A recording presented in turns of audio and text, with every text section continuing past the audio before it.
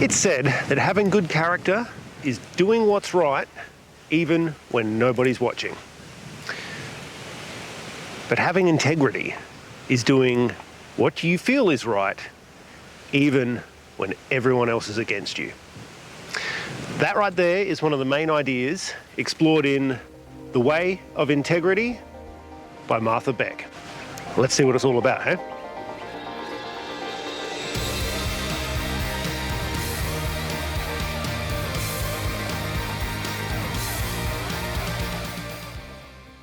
How are you all doing today, guys? Welcome back to Walk It Off. I know it's been a long time since I've done a video, and yeah, quite frankly, I've been missing it as well, so it's about time we got stuck back into it. And today we are talking about The Way of Integrity by Martha Beck. Now, first and foremost, I really love the kind of overall message of this book.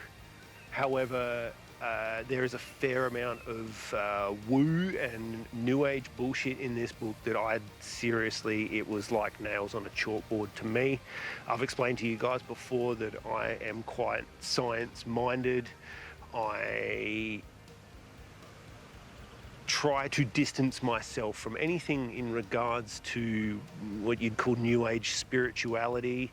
In a sense, I find that spirituality should be purely about your connection to both other people and the planet, and everything else that comes along with the word is just nothing but pure baggage. Now, like I said, I really enjoyed the overall message of this book. I think that you can make yourself really, really quite sick, both in the head and eventually physically, if you try to repress what you're feeling and who you really are on the inside. Dr. Gabor Mate talks about it quite a bit, and she mentions his work in the book. And yeah, you can start to see quite a lot of significant health effects if you try to repress who you actually are and try to live your life to other people's standards, which, in my opinion, it never ends well. Now, yeah, what I really liked about this book is it uses the what's called Dante's Inferno. It's kind of like an ancient play, poem, story. Essentially, almost like a guy's journal as he goes down through the 7 layers of hell and then back out the other side. And essentially it's his journey in finding himself. And as a literary framing device, it's well used here. I can't knock Martha for using it. It's used quite effectively. And yeah, she goes through each of the stages of where he's going and why he's there, what he needs to reflect on his journey, and how she used that as a narrative tool to kind of unpack stuff that went on in her life. And yeah, she's gone through some pretty traumatic experiences that she unpacks in the book. Martha was a Jehovah's Witness raised in a very kind of restrictive, or let's face it, it's a very fuzzy line between organised religion and a cult. And what she stories in this book is her exit from the church and everything that went along with that. I will give you some fair warning. There was some sexual abuse by her father as a child that was kind of repressed as a memory and then came to light in her adulthood. But the church very much was, we can't talk about that type of thing. And that's kind of what started her on this journey out of this cult, essentially. And yeah, just fair warning, it does get quite horrific. Not as bad as some of the things we've read, but it just, you know, it does have sexual abuse and things like that, and anybody who's lived through that Yeah, I could understand any apprehension that might like kind of bring back some stuff that you thought you were past. So just a warning going into this one. But yeah, it is used, and her journey out of the church and just getting away from all of these things that were extremely toxic behaviour that kind of compounded her mental health issues. And yeah, it's a hell of a journey that she goes on.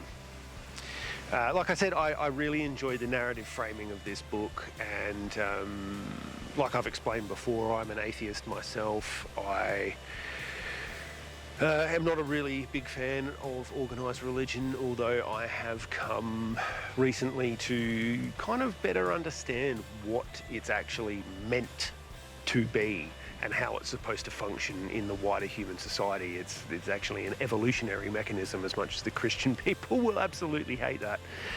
But yeah, I digress. Like I said, this book is well written. A lot of it comes from the heart. And yeah, it's spoken with a ferocious authenticity that I really do truly appreciate. And I mean, that's the name of the book. Having integrity is to be whole, okay? To be complete in and of yourself, and to be authentic to you, right? It's living in nothing but pure authenticity. And I think that that's something that our world truly needs at the moment. There's so many people that are living their lives trying to live up to other people's standards, and I think that's a fast way to ruin your own mental health.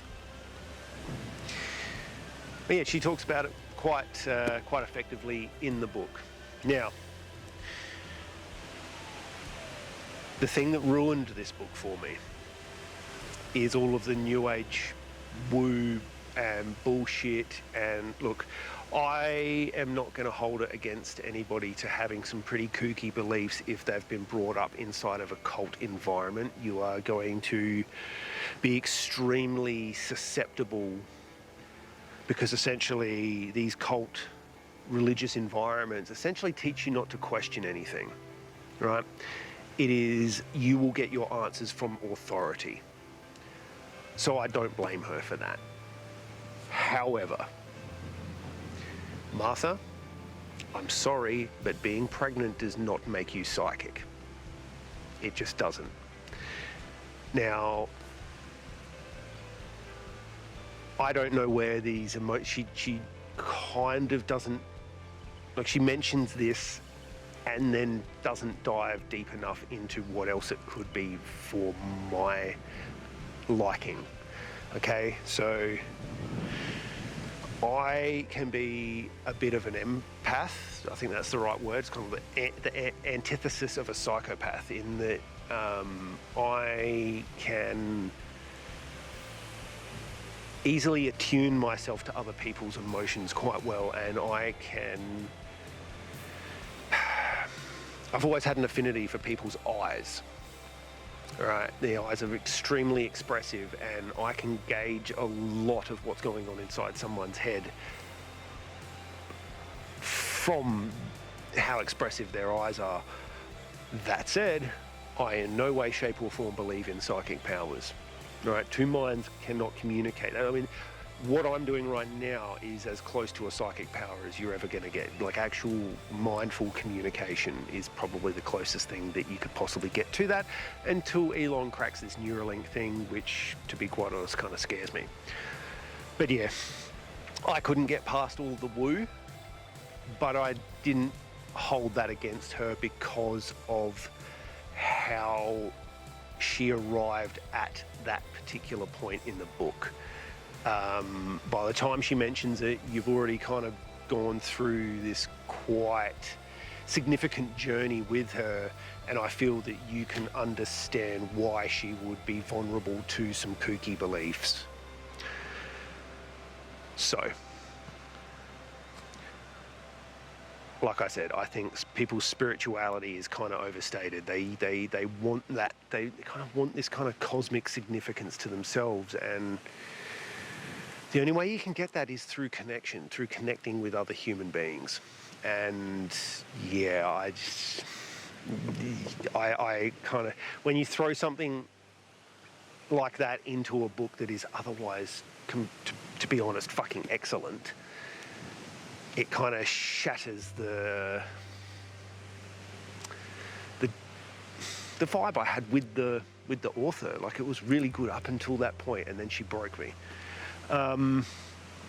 That said, it's really kind of interesting because she had a partner that she grew up with in the church, I believe, and they separated once they left, and they both pursued some same-sex relationships. I'm not sure what happened there, whether there... I think that that's got something to do with this extreme repression that a lot of religious people go through. But yeah, that's none of my business.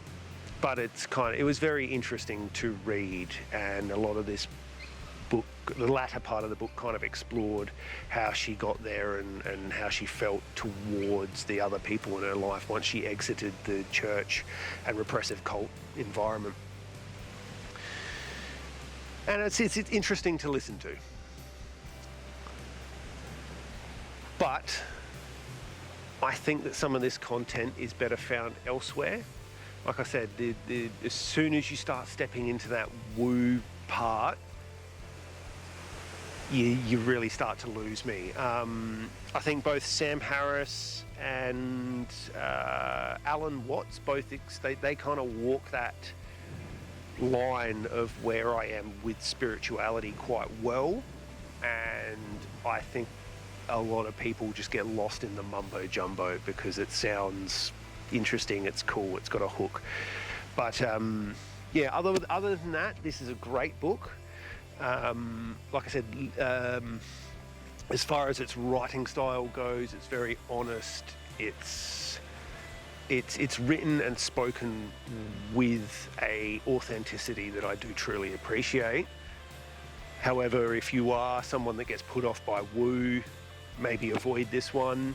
But if you can push through that, I think there is quite a bit that you take away from it. And yeah, it is, I think, worth your time. So, until next time, I'm Nathan.